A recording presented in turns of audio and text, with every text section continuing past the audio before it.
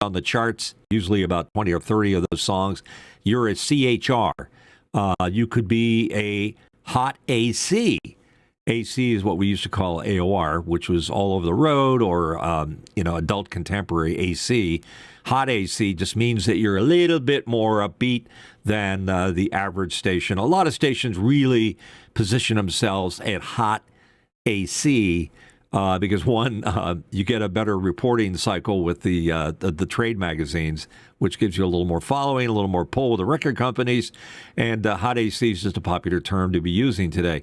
And then, of course, there's the classics that we've talked about over the years, classic rock. And the neat thing about classic rock is it's trending very well on formats that are currently very popular on the radio as measured by Nielsen. Classic rock is very interesting because it's music of a classic and rock variety. It could be the Rolling Stones, it could be Pink Floyd, it could be The Who, it could be anybody back in that age, all the way back to, I guess, maybe to the mid-'60s, all the way up to maybe the '80s. The '80s are now the new oldies. When you talk about oldies on the radio, you're talking about the '80s today. Back in the day, it was the '60s because, do the math, that was 30, 40 years ago. So formats have changed a little bit in terms of their name, and popularity has changed also. Classic rock today, very popular format, being followed by a lot of people. They're not making any more of that content, because let's face it, classic rock has already come and gone as a format. I mean, as far as material goes, and there are not a lot of those bands still creating new hit music. They might be still creating music, but and surprisingly, a lot of them are still alive. But classic rock artists have got to be in their 70s, 80s, and 90s by now. Look at the Rolling Stones. Mick Jagger, I think he's 90-something. Barry Manilow just announced his birthday. He wasn't classic rock, but he was something. Anyhow, what I'm saying is that the music is changing. The musicians aren't necessarily changing, and the different styles. Another format that's working out very well, according to the Nielsen ratings right now, is country. But country as a format has changed a lot today than the way it used to be. Back in the day, it was all the classics, Conway Twitty, Waylon Jennings, et cetera, et cetera. Nowadays, a lot of artists are trying to cross over into country, and they're playing current music that might be considered a hit for a CHR or a top 40 station as a country format song. So, go figure. It's very, very confusing. But those are the various formats that sort of percolate around. I know there's more bits and pieces. But a lot of the radio stations, and this is a question I get a lot of times, is how do they decide what the format's going to be on their station? Well, if you ask one of our friends, Gary Berkowitz, who is a consultant, particularly for AC stations, adult contemporary, could be hot AC, could be his thing. He would probably tell you, well, there has to be a fit in the marketplace out there, and they could do a research study to determine how many people are listening to radio, what is the average age group, and then you just find your position on the dial where it's not being served, and then you try to fill that position. In a market like where Mark is, Salisbury, Rehoboth, Lewis, Delaware. It's a tough market because there's 40-some radio stations, Mark? So there's got to be some. They got to have them all covered. Every one of those formats that I just mentioned. And maybe a few more. Everyone's covered and a lot I didn't get to, and I waited for you to come on, so we'll keep the two up here. The other format, News Talk. It's a big deal right now. So if you're doing a talk format like Mark is, that's a big deal these days because people have opinions, and we live in this tribal society today where you're very concerned about people's politics. Talk stations tend to get a lot of clicks because a lot of people are interested in what's being said about each other. So, Mark, as far as formats go, I know you have personal favorites. I think you mentioned to me you like classic rock, but you're using News Talk as your format for your main radio stations. How did you decide to go in and fill that particular slot up, or did you inherit that? I inherited that. The person that was in charge of the station, David Shoemaker, when it started in 1980 all the way up until the mid-2000s, or 2015 2020, grew up doing radio for Walter Cronkite. And Wow. so he understood the news. He was a journalist. He worked at CBS, and then he worked at ABC. He was an anchor for ABC out of New York, and then they moved him to Washington because they owned the station back then. And so we went to news in the late 80s. And so we've been News Talk ever since. And the reason I like it so much is because it is a venue or a format that allows everybody to contribute. So it's very interactive. You've got phone calls, and you've got what we utilize, our digital interactive audience lounge. So, Which is Mukana, right? Basically? It's Mukana, yeah. Okay. Just for the people that understand what that is. Right. Our friends from office hours here know exactly what that is. So people get to participate, and everybody gets to chat with each other that is taking part in the show. And we have quite a little following we're gathering. And I'm noticing that there are some comments that are coming in on our Mukana. And why don't you read a couple of those, just so you know. I think Walt has a few comments there, your friend at GMD. All right. So, AOR, album-oriented rock. That's from Vic Hernandez. We should call it All Over the Road. Yeah. That was our nickname for it. But yeah, album-oriented rock. Yes, that's correct. But we called it All Over the Road because it could be everywhere. And Vic says that his mom was a big fan of Bakersfield Sound, Merle Haggard, Buck Owens, et cetera, et cetera. And Vic misses Art Bell. Now, how does Vic know Art Bell? Art Bell was great. I was going to say, the name is familiar. Help me out with that. Why am I not knowing who that is? You don't know who Art Bell is? Really? You of all people, I do, but I just don't remember. He used to have. I don't know what station he was on, but I would listen to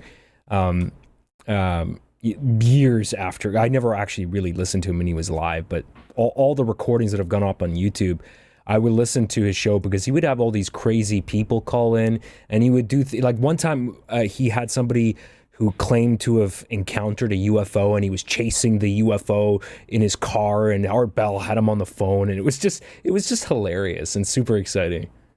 So he did a bunch of parodies and things like that. By the way, you got to be real careful because they cracked down on all our shenanigans that we used to use over the phone. The FCC requires that you get permission from the person that you either you call or they call. You have to have their permission before you put them on the air. You can't just throw somebody on live and get away with it, although some people did, myself included. But I guess the statute of limitations are run out there. And Walt says, are Nielsen ratings relevant, especially diaries? And that's a long conversation about that because Nielsen's the only ballgame in town, really, for rating radio stations. So it is relevant to the degree that if you pointed at something and said, where do you figure, what are your ratings in the marketplace? Nielsen is one of the companies that goes out and makes that determination. But the question is whether or not you sell off of the diary. Not everybody does that. Mark, you don't sell off diaries. You just sell your own. No. Yeah. I think Nielsen does things differently in different markets, as I understand it. And my understanding is that the top X number of markets that they include a lot more than just the radio signal in their numbers. And when you get down to our market, you hear it's just the radio. It's not the web. It's not digital. It's not all of the things that make up your platform. Okay, got it. Understood. And at this time, let's encourage our listeners and viewers to chime in and tell us what your favorites are and what radio stations you do. Go to ask.thelastangrydj.com and just say, hey, I used to listen to such and such radio station where I used to live. And if you give me the call letters, I probably can guess where the market was, if it's, say, top 100 radio station. And also what format you kind of like go to now as a senior citizen. Because all of us are senior citizens now. I think Alex is actually a senior citizen now. But Alex, if you had a choice to listen to radio, which you're not doing so much, other than talk radio, what would you listen to? Other than I think, to me, talk radio is really the only thing that's interesting right now. But there's one show I do like when it was on. He's actually, our friend Larry Hennessy, who we had on in the early days of the show, one of our early guests. He had a show on Jack FM, and he would bring his own vinyl records and play them and talk about stuff. And he has an incredible knowledge. I mean, he's like an encyclopedia for music history. It's just unbelievable, but they canned that show, so he's no longer there. And I don't know what we should bring Larry back on the show. Yeah, let's do that. I'm not sure what he's doing, but stuff like that. When you get somebody who knows a lot about music, I love music, but it's really cool to hear somebody talk about the album and all the stuff, like all the lore and like what were they doing what kind of crazy shenanigans happened in the recording studio, what kind of stuff happened on tour when the band went out and promoted that album, like all that interesting stuff that you really can't get that anywhere else. Yeah, and like Rick Beato is a good example of somebody who seems to know their way around exactly. how a lot of stuff was done. Now imagine if he had a show. Yeah, he talks about one of his favorite songs as a recording is concerned, Wichita Lineman, with Glenn Campbell on it, written by, I forgot his name, Jimmy Whipp. Sorry about that, Jimmy.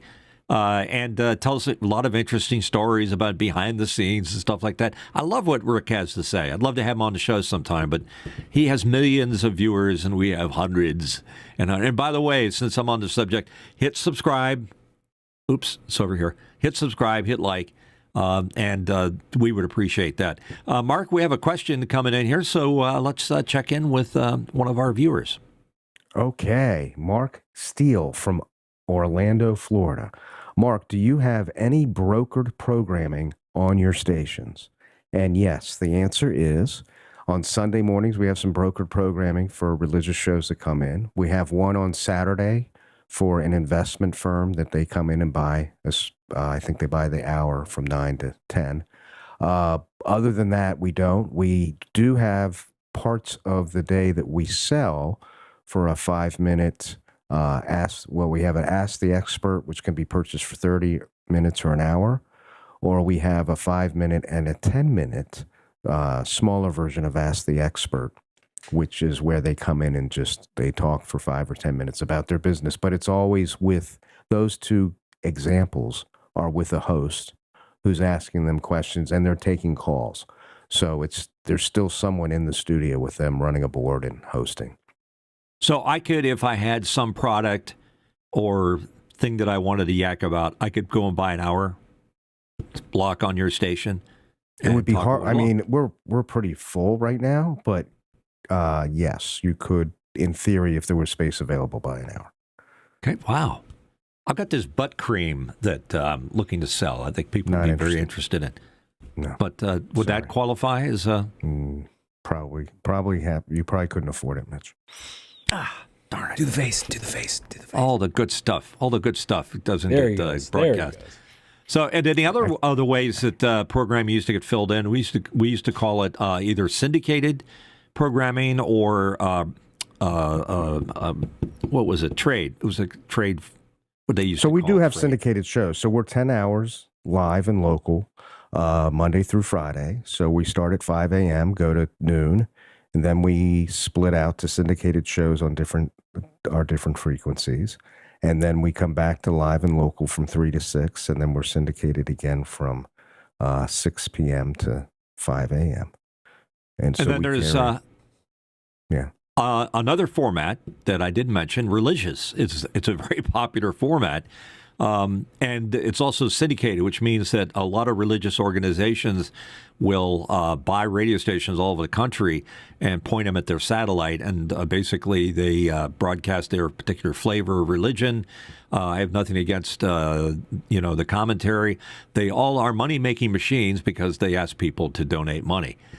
So there you go. And they command quite a few stations, and they're taking stations that normally aren't getting interest in programming, like AM stations. So there's a lot of dead AM stations out there, or ones that are struggling that have to take on some kind of money-making opportunities. So they get paid $50, $60 to get 1-hour show on, and that's how they go. So there's a multitude of different formats and things that can be done on the radio's different formats. The interesting thing about all this music programming on radio is that the methodology of deciding what got played and who you were servicing on the radio was based on the idea that you had a stick, which was your tower, and you had power, and you had a geographic area that you would service. And what you would do is that you would create a format of music that would serve the most number of those people within that area. There wasn't really a two-way street. It was like a one-to-many relationship of the radio station running a format, trying to reach as many of those people as possible. Today, things are different. Alex, they're different today. People don't have to do that, but they have other alternatives, right?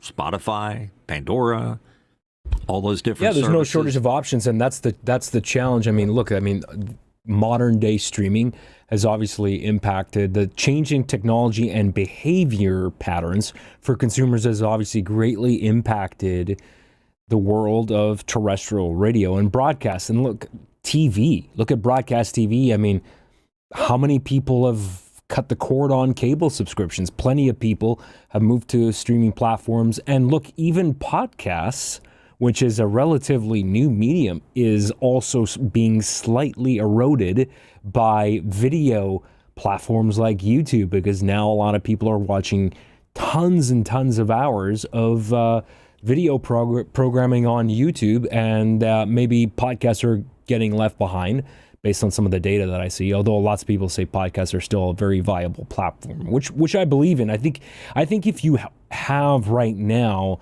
a very loyal audience, and you're able to get advertising, then I think audio format is still a great way to supply information.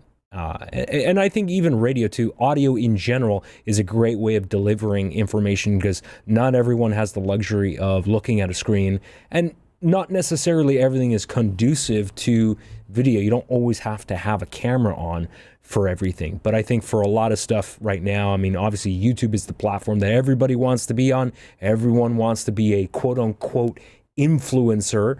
And that goes for social media video platforms too. Instagram, TikTok, anyone that's doing vertical video right now. Obviously, even YouTube is getting left behind in the vertical video area, because they have just announced that you can now simultaneously stream a 16:9 and a 9:16 vertical video. Cool. Right? So they're trying to catch up to all this stuff. So we'll see. And what's weird is that radio made decisions, strategically about who they would serve with a particular format. With podcasting, it's an unlimited number of different formats, because it could be anything. It could be your favorite pasta every week in and week out. You could talk about pasta or cats or dogs or whatever the subject might be. It's very, very, very specific. And as far as music goes, the idea that these algorithms that run Spotify and Apple Music and all those companies, it's designed to react to your input so that it can craft a format that's very specific to you. It's not a common denominator format where you're trying to reach thousands of people in a particular demographic in a market with one stick of a radio station format. So radio is a little obsolete in some respects, and that's one of them. They can't target their programming that way, the way they used to. Yeah, I don't think Mark agrees with that, but... Wait a minute here. Have Why at do it, I Mark. need to target? I have a stream that hits the whole internet. Let's push back. I have a stream that hits the whole neighborhood, the whole and you internet, expect everybody to love every second. So what's your pitch? What's your pitch, Mark? I tell you what, people love it so much. So we have people in the comments saying that I should carry the broadcast Boffins on my network of stations. I've never heard of that. That Would be a strategic what kind of show error. Is that? That would be a strategery error? Strategery error. I think it's our nickname for when we get together. The three of us, the three amigos, get together to do radio. All right, we have another question here. Mark Steele is asking, how many watts are our transmitters? So we're Class A stations, they're 6,000 watts. Is it effective radiated power? Is it vertical, horizontal, circularly polarized? It has Give me the details. Be 6,000 watts at the top of the tower equivalent. So But On I one would of the ask Walt, stations, we do broadcast 6,000. The transmitter's pushing 6. On the other, it's only pushing about 2,200 because the antenna is about 435 or 40 feet in the air. So it's ERP, as we call it. Yes. Mark, give me a little more information for those that are not radio engineers. What does that mean? 6,000 watts. What kind of coverage? What does that mean exactly? That would be 160-watt light bulbs. Okay. Come on, no laughter at all. 160 watts. Come on. Doesn't work quite that way. It's about, in our case, because Delaware's pretty flat, it's about a 30-mile radius. So is what our 6,000 watt stations, effective 6,000 watt stations, are getting. Yeah, and Alex, to take it a little Walt step says further. ERP horizontal. Okay, that's what I wanted to know. Horizontal is a good one because it means your receiving antenna should be horizontal to get the maximum signal. But, Right. a vertical antenna can still pick up a horizontal, but it's 90 degrees out of phase, or as they would say, polarity on some shows.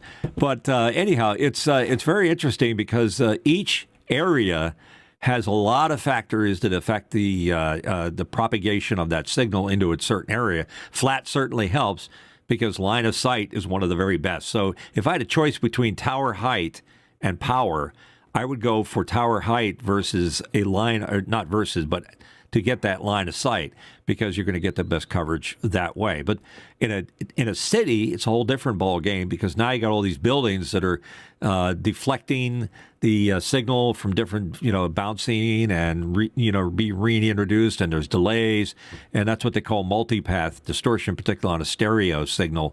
And circularly polarized antennas work best in that kind of condition. A horizontal might cut through, but circular. So I'm sure Walt is kind of like bouncing up and down, getting ready to correct me, because I'm not an engineer by trade, but I do know just enough to be dangerous. So there's lots of different things that can affect. You also save electricity if you have a taller tower with your antenna up higher, because you don't have to throw so many watts at it. Because your ERP is based on the height versus the actual power you're pushing into that antenna. Right. And there's efficiency factors, the loss in the line going to the antenna. You may have more than one antenna or bay that affects the gain. There's a million and one different things that can affect it. But it's an interesting battle. And what's also cool is that Mark owns his own towers. That's very unusual in the radio business, because there's companies out there, I think it's like American Tower, that owns like 80% of the towers in America that radio stations have to rent space on.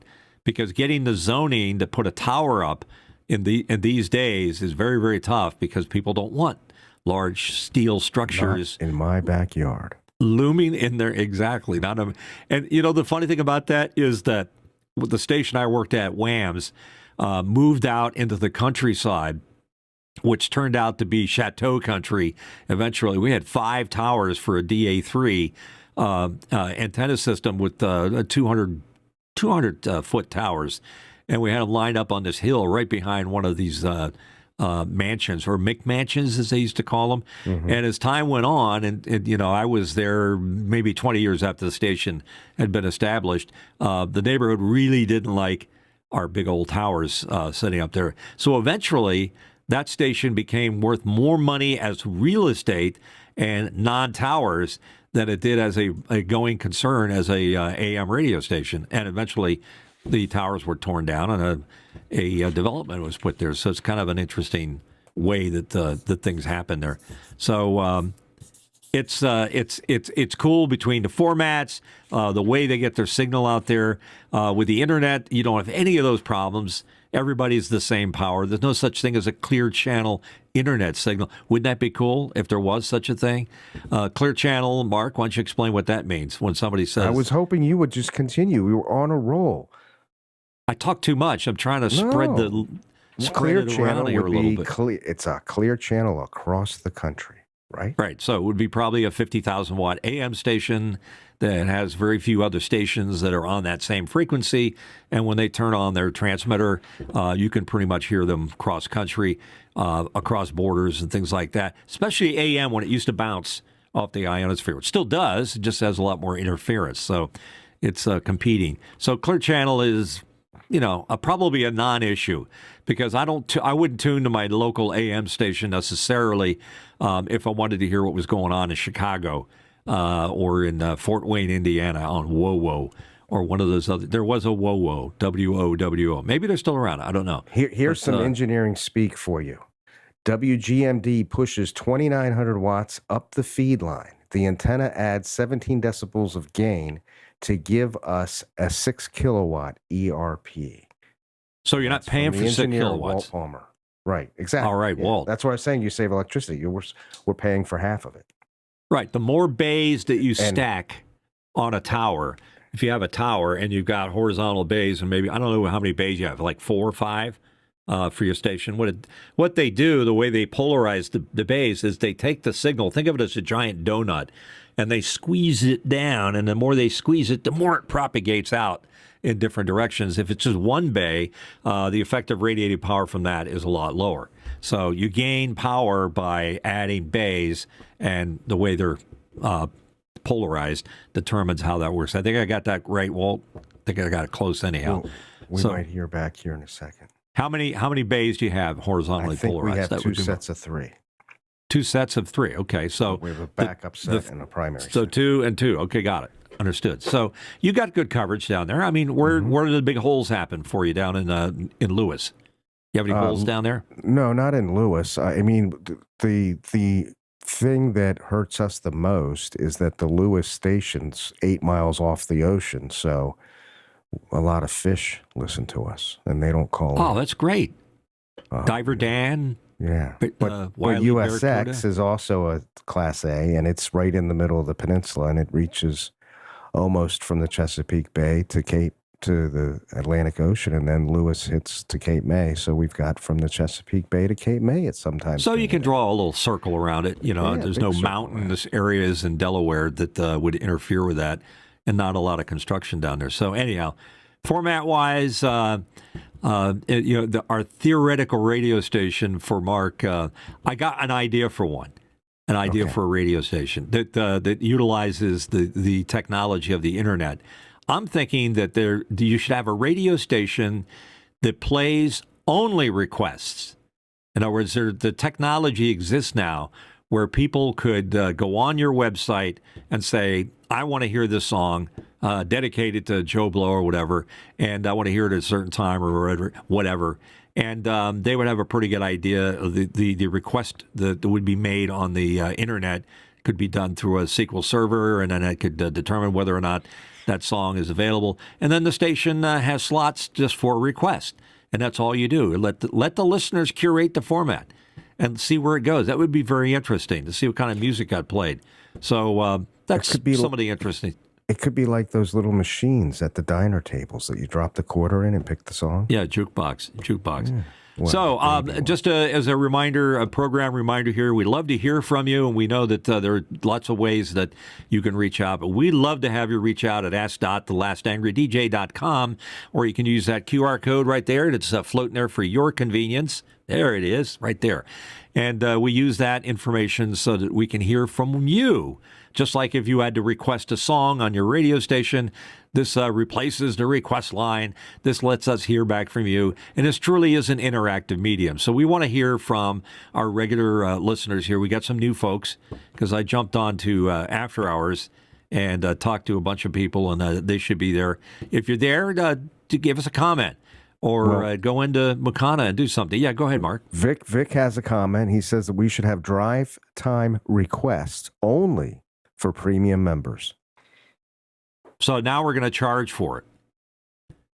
There used to be a thing that they did. It was pretty clever. They used to call it cartoons. Get it? Cartoons? Yes. And they would run the format in the afternoon drive slot, and people would request songs, and it would be songs for driving your car by.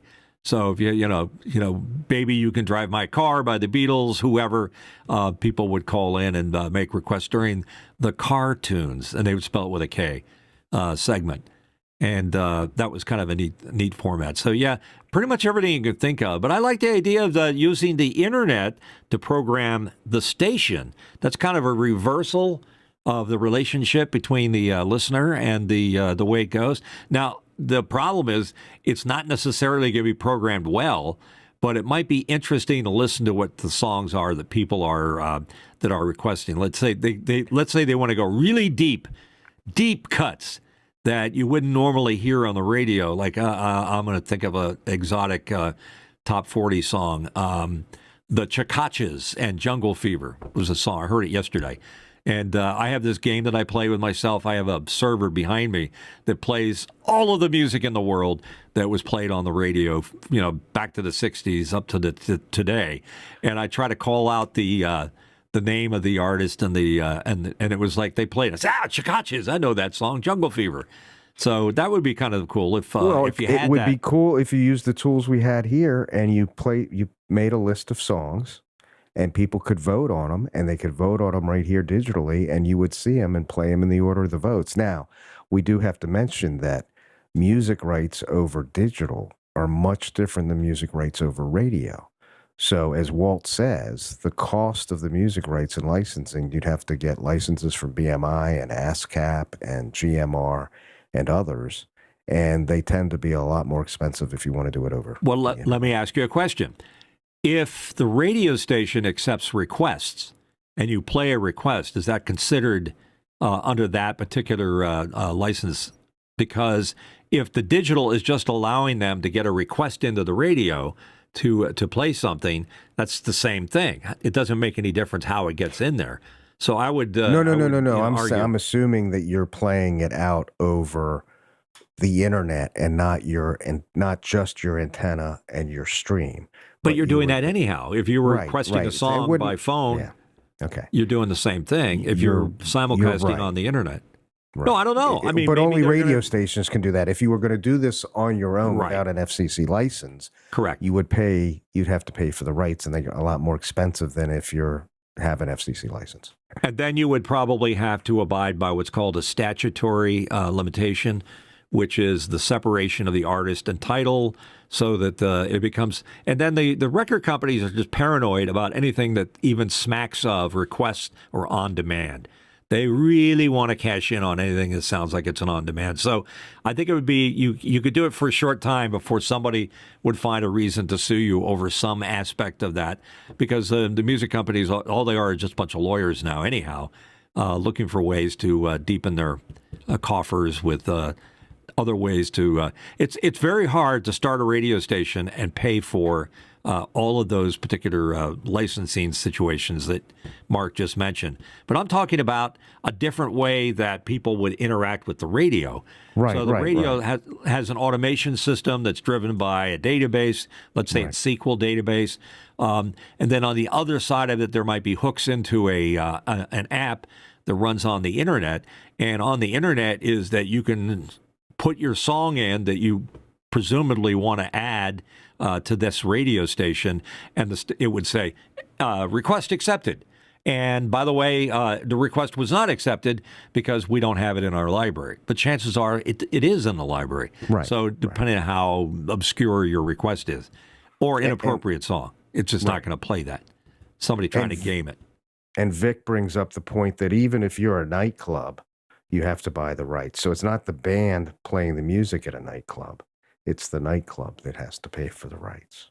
Yeah, that's true, and a lot of them get away with murder on that. And there are a lot of carpetbagger bounty hunters that walk around to different. I've been in a club before where some representative of the music company would come in and say, "I don't see a BMI ASCAP license sticker on your door there. You're supposed to be paying some money for that." And I said, well, you got to take that up with our lawyers or whatever. And it's different for restaurants, too, by the way, because restaurants, if you're part of the restaurant association, you've negotiated something as a flat rate to the record companies. It's just it's a giant rabbit hole. I don't want to go into it here because I'll make Alex start yawning, and he won't want to hear about it. He'll literally nod off if I go too deeply into the different licensing. There's a multitude of them. But I'm thinking of the reverse one, the reverse request thing. And the playlist is curated by the listeners, not by the program department. So that's my idea. Any other questions coming in? I don't see any right now. I think we're Let's good to move go on to the next subject matter. Next subject. And what is that? The next subject, I just let it go. It's up on the screen. I can't read We it. see it. Do creative read it for camera you? lenses filter choices like the diffusion and pro mist belong on camera, for a talking head broadcast? So do we need special filters or lenses that are more cinematic on a talking head? And we see one right now on the screen. Yeah, he's got some kind of blur filter. It doesn't look like a Pro Mist to me. But why don't you explain what they all do, Alex? Yeah, so one of the things that I put on today, because I have it here, and I have different intensities of it, is a black Pro Mist. The one that's on my camera right now is an 1/8. This is a 1/4, so this is a little more intense. And what that does is it takes the quote unquote digital edge off. It slightly reduces contrast and blooms the typically lights, get a bit of that happening, and then also it will also soften the picture ever so slightly depending on how intense this is. There's a slight softening of sharpness, and it's just to take that sort of overly sharp digital look off. So that was my question, and in fact I'm gonna take that filter off, and just so you can see before and after, and also put this one on. Curious what you guys think, because I do like my sharp image too, but I'm curious what you think of the overall look and how it affects the light. So I gotta turn take my lens hood off, and then while you're doing that, let me comment on. I think that the Pro Mist is flattering to the face. Like, I'm ready for my close up, Mr. DeMille. You know, they used to use like Vaseline on the lens to cause some of that diffusion to happen.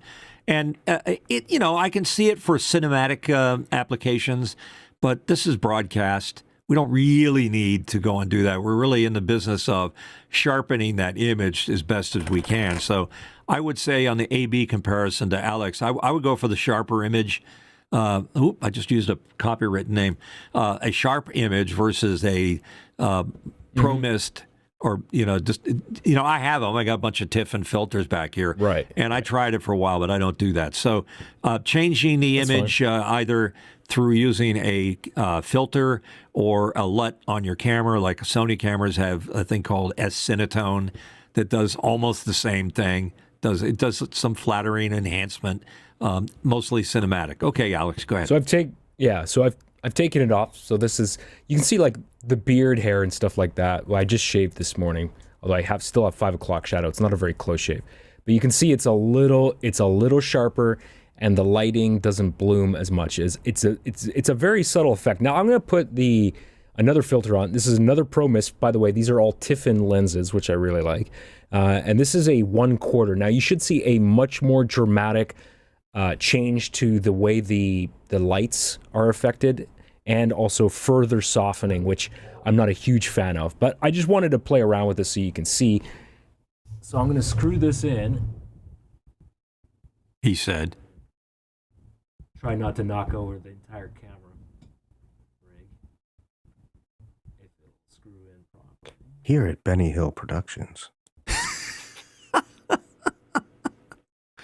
I'm trying not to steal the image away from Alex here, so I'm speaking softly. I'm not going to. So that we get to see a true just AB. enough to hold on. Okay, so there's 1/4. Now look what that did to the lights in the background. You can see, especially this one right here. It's just blown out a lot more. So that's the more dramatic. That's the more dramatic look, and obviously it's affected the color now too. So the contrast has changed. I feel like the image overall looks a little more pastel. Am I crazy? Does the overall image, the color, look a little more pastel? Lighter. Yeah. Looks lighter. Like I kind of like the... the blacks have been lifted a little bit, so this is not as black. It's a little getting into a more milky sort of look. What do you think in the chat? No one said anything. So no. What do you guys think of Pro Mist filters? Vic says, I would think the better quality your image is, unconsciously the viewer would give you a higher amount of respect, like excellent audio. And what's interesting about this is Walt and I have had this discussion before. In fact, when we were out at the NAB, in Vegas, we went by the Sony stand, and I was looking at the cinematic cameras because of office hours. And he just looked at me and said, I don't really like the blurred background. And I didn't understand. And then, so when this gets brought up, I just looked at ChatGPT, and it said that the loss of perceived sharpness on news broadcast, sharpness equals credibility, softness equals stylization or concealment, which would not be good for a news company.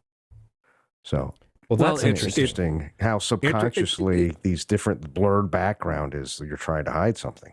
But, you know, you're not being very specific in the response from ChatGPT, because the question is, if you have a blurred background or the bokeh that you see behind me and it's not really intense, it tends to add more focus on me because I'm in focus and I'm not blurred like the bokeh does when you go back to it. It's less distracting. Maybe in a broadcast environment, that's better because you're putting the emphasis on the speaker. Mm-hmm. Well, and that's, to me, one of the reasons why. Let me switch back to me. And I'm going to make some camera changes while I'm talking live here. So one of the things that I like about the shallow depth of field is because it's not that quote unquote cinematic look. The reason why they do it in movies is because you're telling a story. And the background, if you're choosing to have shallow depth of field and you want to blur the background, that means the background is not, what's happening in the background, you're telling the audience, is not important. What's critical right now is I want you to focus on this one person in front of you right now. That is the most important person in that particular scene, right? So this is a stylistic choice. Now, of course, if I drop the aperture, if I go from f1.8, which is I'm at now, obviously he's changing the iris. I'm gonna go a lot darker, but watch what happens. So if I change this to say look at my background while I do this. So I'm going to f3.2. Now I'm going to get a lot darker, but you can see everything in the background is less blurred. Now, where were you? I was at f1.8. Okay. Right. So that's where and so if I go back to that now and just pay attention to so you can see it goes a lot more blurry back there. So I like this look personally. I mean, it's not that I'm trying to hide things. It's more of a style choice that I prefer to have my face be in focus and the background is it is blurred, but not so much that you can't sort of make out some of the stuff that's back there, because I also want to have a bit of add a bit of my personality, convey my personality, across to the audience and tell something a little bit about me, whether it's the California Night license plate from Knight Rider or, this is super blurry, but the Rupert Neve bobblehead behind me. Those kind of things. Was Mark. No, it's not Mark. Mark. It's hard to tell because there's like a blurry bald head back there, but you can't bald. So, I know, right? Another thing that I just wanted to comment about the depth of field. I took the filter off, by the way. There's no black mist.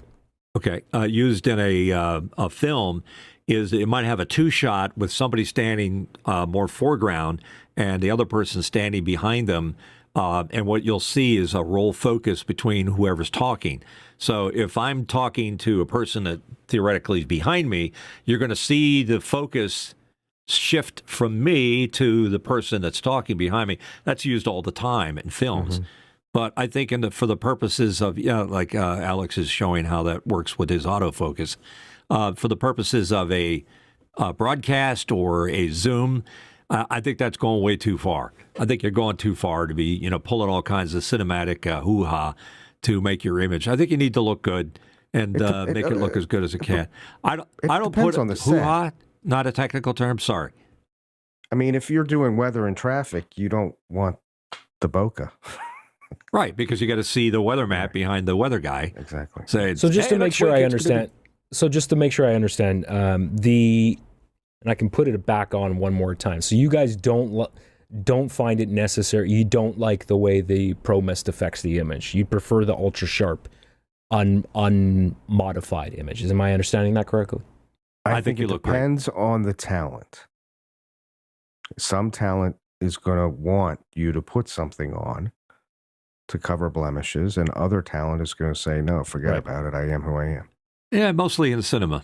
type applications. And I think you'd be frankly like surprised. I like your 5 o'clock shadow. I think it's part of your thing. So I like to see it. See the follicles polka dot. I don't know if you use a weed whacker to shave in the morning, but it's a good look for you. On me, on the other hand, I got a lot of blemishes going on, and yeah, I've used a Pro Mist to try to get rid of all these old guy blemishes. You get barnacles and age spots or whatever else they like to call them. But I'm not trying to go for a cinematic look. And I'm sure there are people who would agree. Mitch is anything but cinematic in his presentation on the show. But I appreciate what you're talking about, because there may be an application what Alex is talking about. And have you played with LUTs, to be able to accomplish similar things? I have played with LUTs only in that I want to come up with some kind of creative look, basically. But I've had some problems with it because I don't really know much about it. So I'm still trying to figure out in DaVinci Resolve how to make them look right. So I'm kind of just going through that process right now and trying to figure out how to actually create them properly. It's a bit of a pain to load them on the camera, though. A LUT is a lookup table that is applied to the image to tells the pixels what range they should be, Rec 709 or whatever else it may be. Rec 709 being the main standard that people for broadcast use, for color, because the color world is relative and it's everywhere. So, how do you decide what is the color sampling? And the other thing is that whatever you do at the camera side isn't necessarily translated by Zoom, who we're using, and then by the encoders going into YouTube. There may be some other stuff that's going on there. One of the biggest changes I've seen. We don't post-produce the video. We're live. But I'm saying one of the biggest changes I've seen for the better was when Alex decided to go to 4K on the YouTube encode cycle.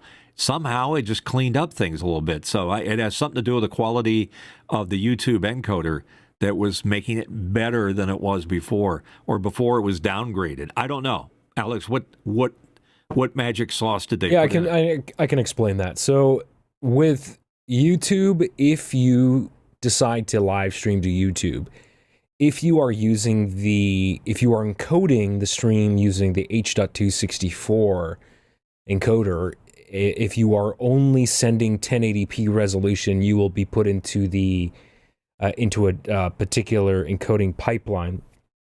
I forget the codec that they're using. It starts with the letter A. I should know it. A1 or AC something. I can't remember what it's called.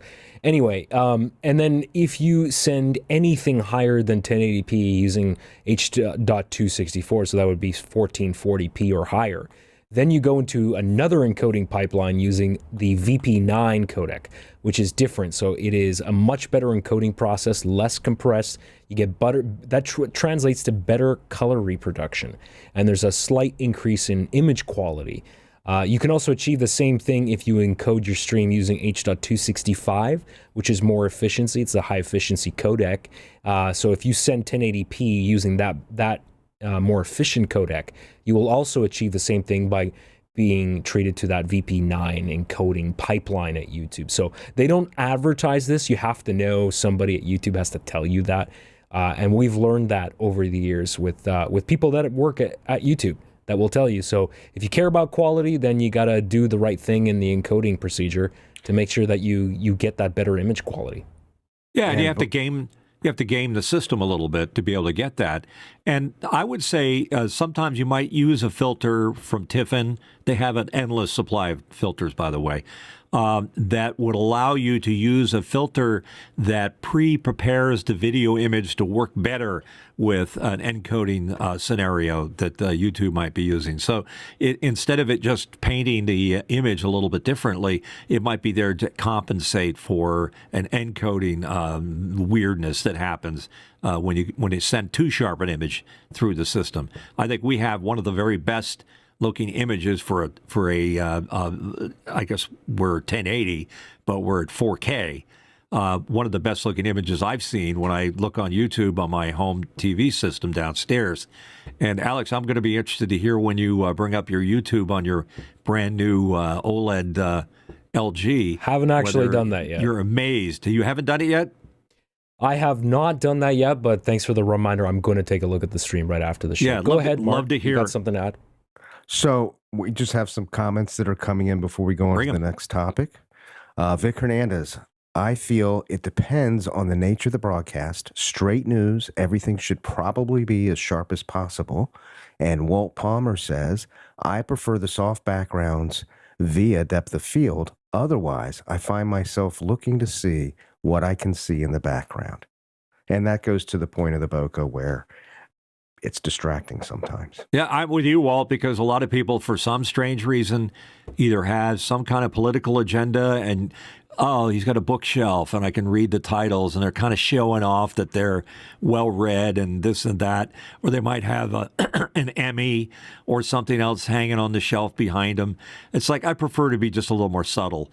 But backgrounds are important. It's like another little edge that you can add to your image. Like I just think in general that a background should say a little something about who you are. And I was one of the first guys to put a on-air light on my background. Not that I was absolutely the first, but I was one of the first. And now a lot of people are doing it. Not because I'm the only guy that ever did it, but apparently it's catching on. Hey, wait a minute, Alex. That's an on-air light behind you. No, it's not. No, It's I took it gone. out. I took it out. I find That's they why I work was trying- better on the other side of the door because when they're in your room, nobody knows you're on air. It's not practical, Mark. It's That's a kind of the point of special the effect. yeah. Any more last-minute comments about filters? I And, think we're looks? ready to go on to the next subject matter. Let's move which on. is, from Alex, the best way to fish a wire through a ceiling. Magnetic wire pullers, and he gives a link at Home Depot. Magnetic Alex, wire it's your pullers. gig. What do you want to do? So I mentioned a couple weeks ago that I've started working on some changes to my home theater setup here. So what I'm doing is I'm building a minimal Dolby Atmos surround setup. So that's a 512. So I'm going to have two down-firing height speakers. And of course, the what I need to do is also wire up the speakers. But the thing is, I'm trying to avoid having the wires visible on the ceiling. So because I've got drywall on the ceiling, I thought about cutting a small hole, pulling the wire, figuring out a way to pull the wire through and then drop it down. So someone made me aware in after hours this morning, I think it was Matt, was saying that you can get these magnetic wire pulling tools. So basically you cut a hole in the drywall, you feed the wire through, and then you use the magnetic tool to basically grab onto it and drag it along the ceiling until you can pull it to the area where you want, so you can drop it down. Then I got to cut a hole at the bottom to pull the wire through. So that's one of the tools that I'm looking at. This particular Klein Tools wire puller is really expensive. It's $115 just for a magnetic tool, and I feel like I might be able to find one that does the same thing for less. But anyways, that's the tool that somebody recommended. I know some people say you should use fishing wire. Again, I've never used this stuff, so I just want to know what the best course of action is. I know we talked about it before the show. Also, there are possibly some obstacles because I don't know if there are braces in my ceiling. Like I don't know if I'm going to meet resistance when I try to push that wire through. If I'm going to run into something, I won't know really until I drill a hole in there and start pushing wire. What do you guys think? Yeah, your ceiling may be attached with clips as opposed to some kind of a stud. Because I think it would depend on how much space there is between the bottom of your drywall and your ceiling and the cement piece or whatever might be above that for the people that live above you.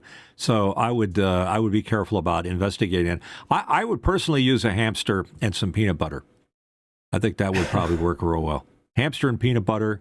Just stick that hamster in there and have him go for it. Let's go to Mark because he's got a telestrator. He's drawing pretty pictures on his screen. What do you got there, Mark? What are you doing there? Doesn't look like a hamster to me. So here's your ceiling. So you have someone above you in this building. So here's That's right. a slab.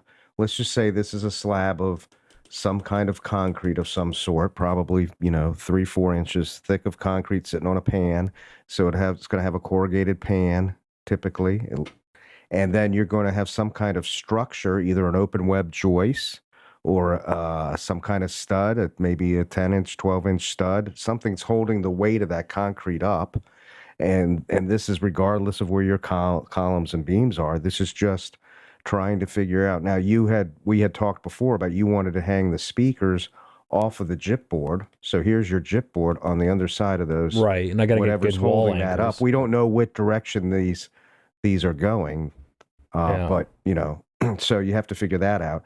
And then you wanted to somehow, molly bolt or something these speakers to the gyp board, or even better yet, go into some structure above. But if you're doing this, you're going to find that you may have to pull the drywall down just to run the wire through all of that structure above. Otherwise, you could do what we talked about before, which was just cutting a little channel in the wall and running the wire up the wall, and then going back and putting some patch over it.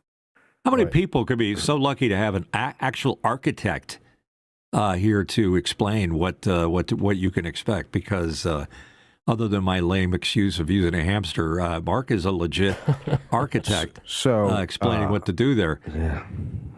Well, what you might want to do too is if you have a closet on the same floor, is go into the closet and do a little exploratory surgery on the ceiling there to determine the direction of the studs, or whether they actually are studs, or they're some kind of ribbon material that allows you to attach that drywall to the ceiling above.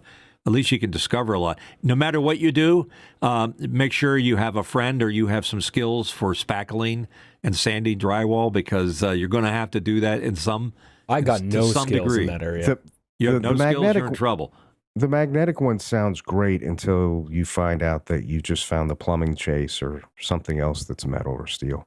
Mr. Palmer in the comments says that the mag pooler only works on drop ceilings, and that when I knock on the ceiling, it sounds hollow. That was my comment. So I guess my question is, what is? Sorry. Because to me, when I think a drop ceiling, I think in an office building where there are panels that pop out and there's like a giant hollow. But is that what I have? Because I've got like a solid ceiling, but when I knock on it, it's not solid concrete. It's hollow.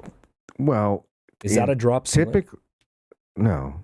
A drop ceiling is typically what you just said, where you've got a framework hung by suspended. It has rails. It has rails. And you have acoustic ceiling tile, ACT, that's hung from the suspended grid. That's typically what a drop ceiling is referring to. There's another thing you could do, and thinking out of the box here. Speaking of drop ceilings, you say you have a really tall ceiling in that room, like you said, like a 9-foot ceiling. It might not be 9 feet. It might be 8, but it's just an idea. Tall. You might consider putting a drop ceiling below the ceiling that's currently there. A false beam. And that would allow you to use the rails and put whatever acoustical panels in there would fit nicely. A lot of people will build a little false beam and suspend that from the ceiling above. I think Mitch had a good comment, which was if you walk around that floor plate, look for a place where you can look up above the ceiling. A lot of times that'll be a mechanical space, or that'll be a plumbing space where you can go into a closet, and there might even be a hatch that you can remove and look up in between the interstitial space. So you have popcorn. You have a popcorn ceiling. This is exactly what my ceiling looks like. All right, here's a problem you got right now. Yeah, popcorn ceilings are out, buddy. It's like 1980s. So if you add another ceiling, or you That's a problem. Well, drop, this building isn't that eliminate old. that. It wasn't built. No, but I'm telling you, popcorn is architecturally. Yeah, I old, know. Right, Mark? I know. Like I pay people to get rid of mine. Right. Yeah, and I'd like to do that at some point. But the problem is I don't see right now any way to, without hacking up the ceiling. I mean, I don't know an easy way around this other than just drilling holes and trying to funnel wire through and see what happens. It doesn't work that way. Vic in the comments says you could surface mount it with the plastic channels to hide the cables afterwards. Yeah. As long as you don't mind seeing those. Yeah. Mm-hmm. Whatever you do, if you do it and you do it well and you put time and money and effort into doing it. I've done it for my rear speakers in my home. I gaze upon my surround speakers that have no appearing wires anywhere, and I say, That is a clean installation. Very, very clean. Walt Palmer is saying in the chat to use an endoscope to explore the space. Where do I get an endoscope? Oh, he one of has those little one. flexible cameras. He got one as a gift, but it's a little flexible camera, and we put it on. Are they expensive? I don't think they're that expensive. He puts it on his iPhone. Oh, someone's got to just make sure you don't stick it up some other orifice where it wasn't intended. It's meant to be for none of us here are doctors, Mitch. Let's look at Amazon. I'm sure there's like a $30 endoscope. Colonoscopy. Yes.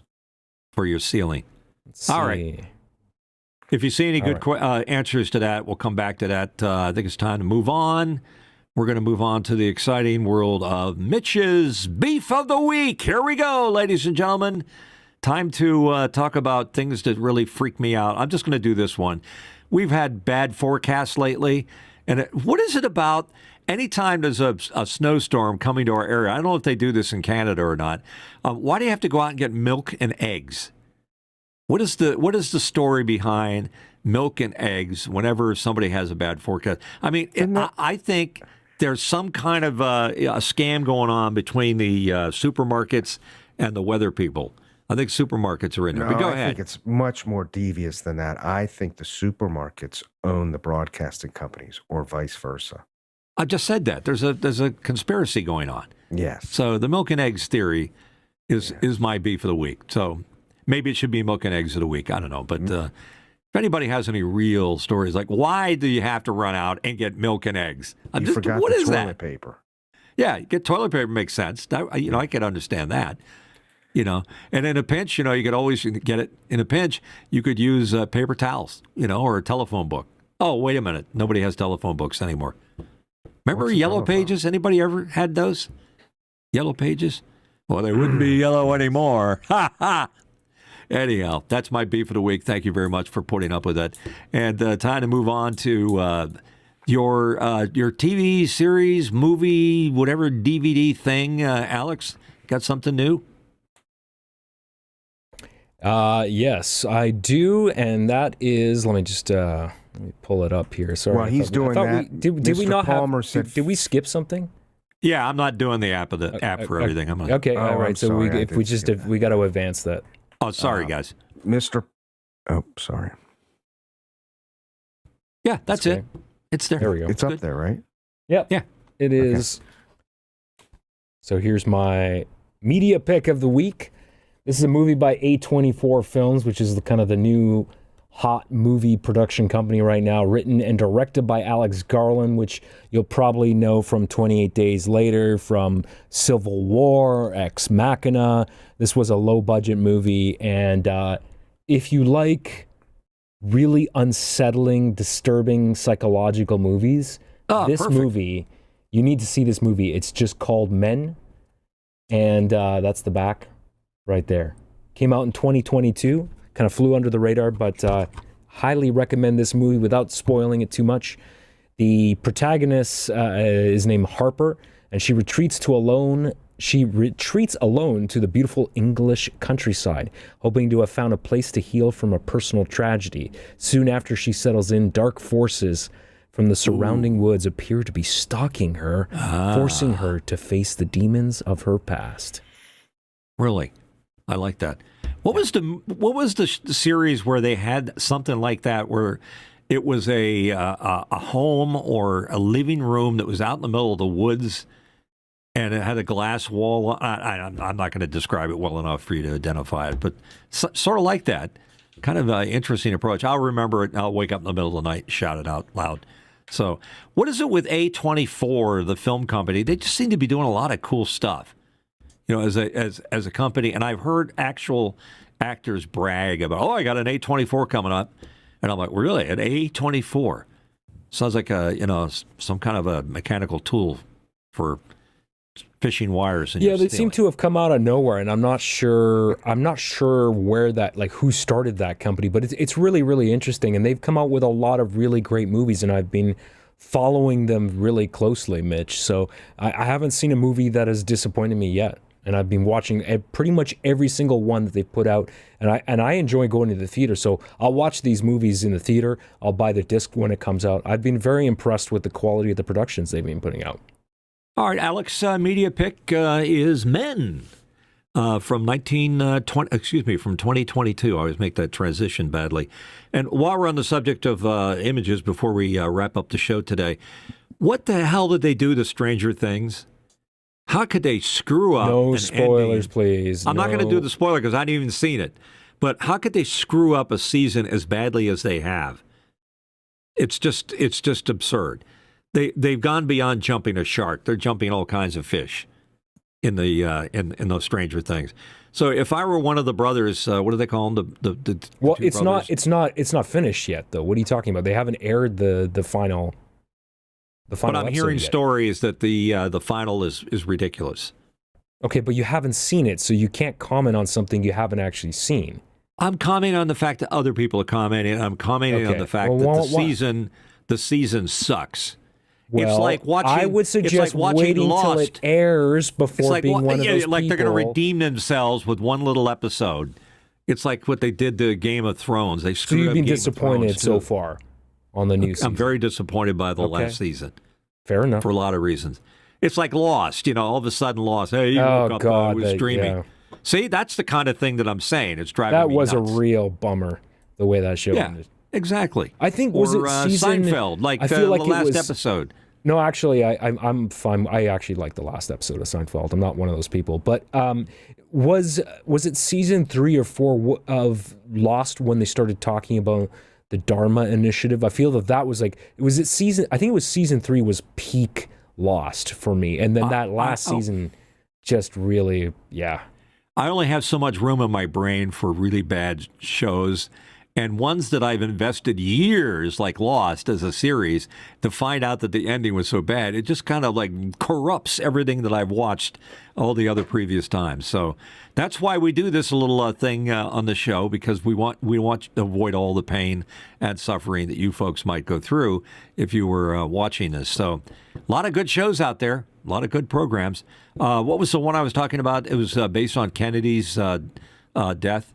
It was done a few years ago. It's produced by J.J. Abrams and Stephen King. He wrote it. It's a book about a guy that goes back in time to try to stop the Kennedy assassination and all the typical time, which I really like. I hate time travel scenarios, but it's a good one to look. And I'm not going to spoil it for you, but you can guess how it's going to end. But it's a short 6-episode. I think series, and it's up on Prime right now. So check it out if you like that. It's James Franco is in it, and a lot of guest stars are appearing here and there. So that about wraps it up. By the way, before we get too much further here, want to remind you that we're closely approaching our 100th anniversary show, and we're looking for suggestions. So if you have a suggestion of what you'd like to see, a returning guest, I've already asked Steve Stryker, our favorite expert on everything, to come on the program for the 100. I think it's February 1st. I think it's the actual date of the 100th episode of The Last Angry DJ. And we're in our 3rd year sitting here having fun. Make sure you hit that subscribe button. Make sure you hit like. Make sure you use Makana to tell us what you would like to see us talk about on the final episode. We're not going to put a huge amount of production effort into it. We're just going to acknowledge it and move on and have some fun with it. But we're amazed that we've lasted this long. So maybe it would help if we told you how do we do the show, what our expectations are, how we've come out after doing it for so long, what kind of fun we've had, what kind of the ups and downs of the program, the stuff, the inside baseball stuff that people like so much. So we need your help. We need your input. So go to the thelastangry.dj.com to find out more, or ask.thelastangry.dj and find out, or listen to what Alex has to say here, because there's all the other ways you can reach out and tell us what you like or don't like about our show. Absolutely. Thank you, Mitch. Yeah, one of the ways you can do that is by joining our Discord community. We would love to see you there. I'm going to leave this QR code right here hovering over my left shoulder. If you just pull out your camera, open the camera app, and scan that QR code, you will see the invitation page that will let you into our community where you can chat with us after the show, and we have all sorts of channels broken up into different topics to discuss the show. So if you do have questions or suggestions for future episodes, including the upcoming episode, the 100th episode of The Last Angry DJ, please do send your feedback in Discord. That's the best way to reach out. And of course, we've got all sorts of other stuff we can talk about there. If you like the show, make sure you hit the subscribe button in YouTube. Make sure you share it with a friend. And of course, if you don't want to see our faces on your screen every single week, which, by the way, we live stream every Sunday at 2 p.m. Pacific, that's 5 p.m. Eastern Time. We are also available on demand on YouTube. You can replay it later whenever you have time to watch us. And of course, we are available as an audio podcast, available now on all podcast platforms, including, of course, Apple Podcasts, Spotify, TuneIn and Stitcher, Pandora, iHeartRadio, and all platforms. You can ask your Amazon Alexa or smart device to pull up the show, and it should play for you as well. If you'd like to support us monetarily, you can also do that right now by going to patreon.com/TheLastAngryDJ. That's patreon.com/TheLastAngryDJ. Become a coffee supporter at a $2 a month donation. We would sincerely appreciate it. Last but not least, we'd like to thank Boink Software and the fine folks that produce Memo Live. That is the program we are using to produce this show in stunning 4K every single Sunday. Thank you to those guys, because we could not do this show without Memo Live. And if you need a great production tool, you should absolutely try it. There is a free watermarked version, so there's no time limit. You can use it, play around with it, and learn it. Thank you, Alex. Appreciate that. Yeah, nicely done. And again, just so you understand, is that we're doing the 100th anniversary. It's okay to start asking questions now before the February 1st show. So, we'll just sit them on the side. Your comments, your questions, anything that relates to doing a vodcast like this. I think we have a neat little show here that we've been doing, and an excellent crew that's participating week on, week out. And we also enjoy Mark's appearance here from time to time. And Mark, what have you learned watching today's show? It was great to have an architect. I'm going to remain silent on what I've learned, but there are a ton of comments that have come in. And Jerry Hoyle says he's waiting for Fallout Season 2 to complete. Walt Palmer wants to know who's watching the Golden Globes. Vic says, no way I'm watching the Chargers. And there's a bunch of other comments in there that you can come and see next week if you join the show. It's all good. Make sure you get them in there. Thanks. Appreciate your input. Golden Globes. I mean, all those award shows, I think I'm so over them. It's just like, forget about it. It's a huge waste of time. But thanks for your comment, Walt. Appreciate that. Meanwhile, we are going to excuse ourselves, go off into our little rooms and dark closets and think of things that we're going to do about next week's program. We may or may not have a guest here. I'm working on a few interesting people. Don't forget to ask those questions and make your comments. We appreciate that. And we're looking forward to seeing you again next week. Be safe. We'll see you. Swagger down the street with your red lips and funky beat. You better hold your head up to the sky. I'm gonna roll with you till the day I die.